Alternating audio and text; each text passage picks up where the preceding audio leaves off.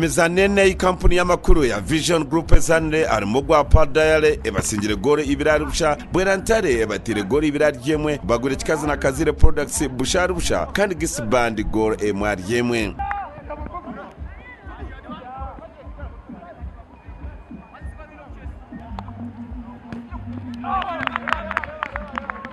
outing yahwire tukaperforminga je tukawinninga empire ebiri twakora draw agames zisha so cyakiseme kutereze nkizo yo kugira ngo outing eje twaseme kutandikira win konka twatandika nsuro mupira timu ezindi ezorekiramane harimo timu ya Bushenyu Super Wazeyi eguye kikazi na Green Park gore ibirari ibiri TK Motorcycles basingire mizane ebiri bakutya Nairobi Breweries hamwe na Shooters rero kandi ugundi bagure kikazi na Igongo Olivio ebase kusinga Jax Electronics agore marubusha Green Park yasinganya Kaizo People's Sako gore ibirari busha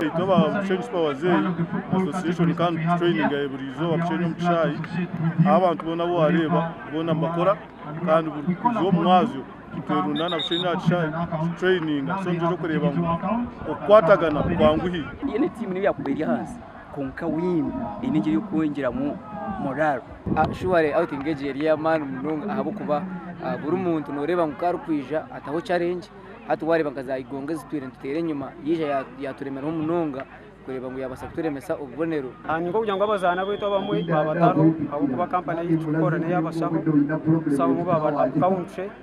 Empaka zebembiriwe timu ziri mu TK Motorcycles Olive Pharmacy hamwe na Centenary Bank kandi ezogarukamo okwezi kw'ikumi omwagwe 2024 gasha kwa Ram Edwin.